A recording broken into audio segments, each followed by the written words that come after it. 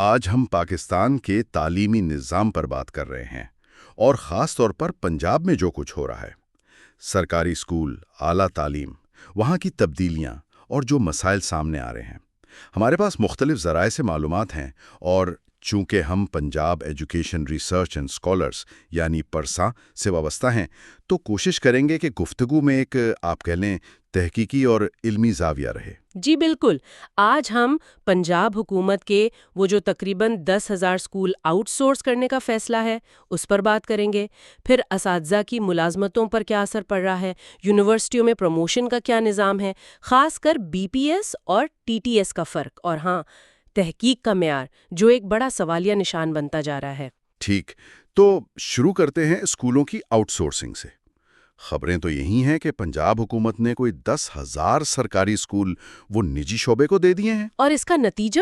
نتیجہ یہ کہ ان اسکولوں میں 44,000 اساتذہ کی سیٹیں ختم۔ یہ تو بہت بڑی تعداد ہے۔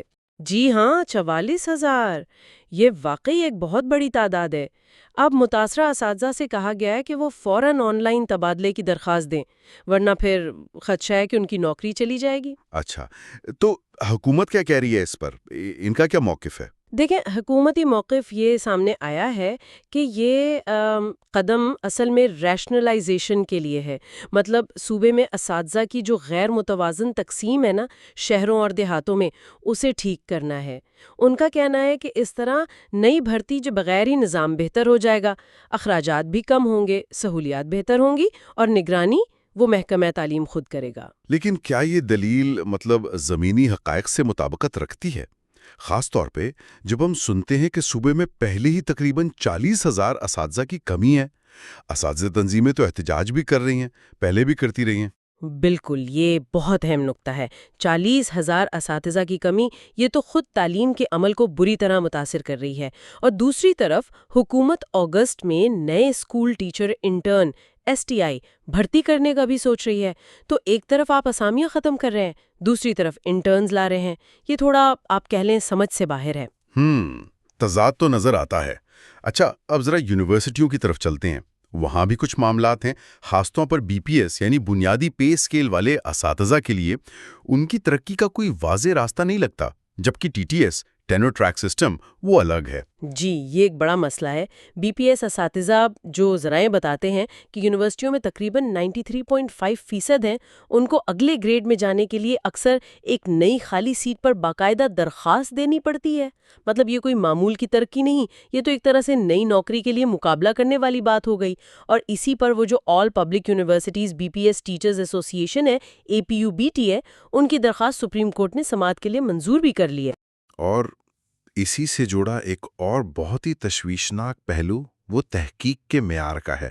ایسی باتیں سننے میں آ رہی ہیں کہ ترقی کے لیے جو تحقیقی مقالے لازمی ہیں، اس شرط نے ایک آپ کہہ لیں جعلی ریسرچ کلچر بنا دیا ہے۔ رینٹل ریسرچرز کا ذکر ہے، کچھ خاص جرنلز کا جو مبینہ طور پر پیسے لے کر مقالے بنا دیتے ہیں۔ جی ہاں، اور ایک ذریعے نے تو یہاں تک کہا ہے کہ MPhil کی سطح پر سرکاری یونیورسٹیوں میں کوئی 30% اور نجی میں 50% تک تھیسس جعلی ہوتے ہیں۔ 50%؟ یہ تو بہت ہی خطرناک بات ہے۔ واقعی یہ انتہائی سنگین الزامات ہیں۔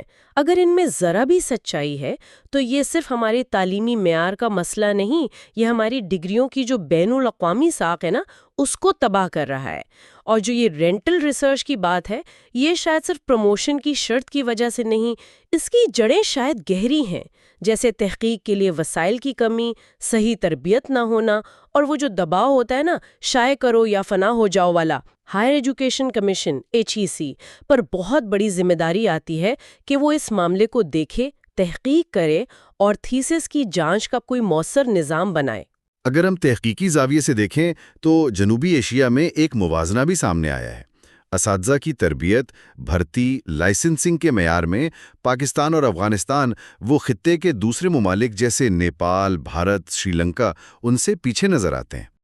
تو خلاصہ یہ متضح ہے کہ پنجاب میں اسکولوں کی آؤٹ سورسنگ اور اساتذہ کے مسائل سے لے کر یونیورسٹیوں میں BPS اساتذہ کی ترقی کے ایشوز اور پھر تحقیق کے معیار میں یہ جو گراوٹ کی باتیں ہیں، یہ سب مل کر پاکستان کے تعلیمی نظام کے لیے بہت گہرے اور آپ کہہ لیں پیچیدہ چیلنجز کھڑے کر رہے ہیں۔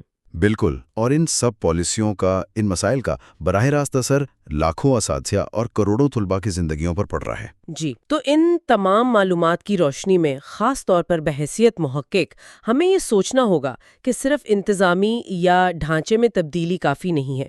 وہ کون سے حقیقی ٹھوس اقدامات ہیں جن سے پاکستان میں واقعی علم دوستی کو فروغ ملے، معیاری تحقیق ہو، اساتذہ کا وقار بحال ہو، تاکہ یہ شعبہ صرف اعداد و شمار کا کھیل نہ رہے بلکہ صحیح معنوں میں ملک کی ترقی میں اپنا کردار ادا کر سکے۔ یہ ایک غور طلب سوال ہے، یقیناً۔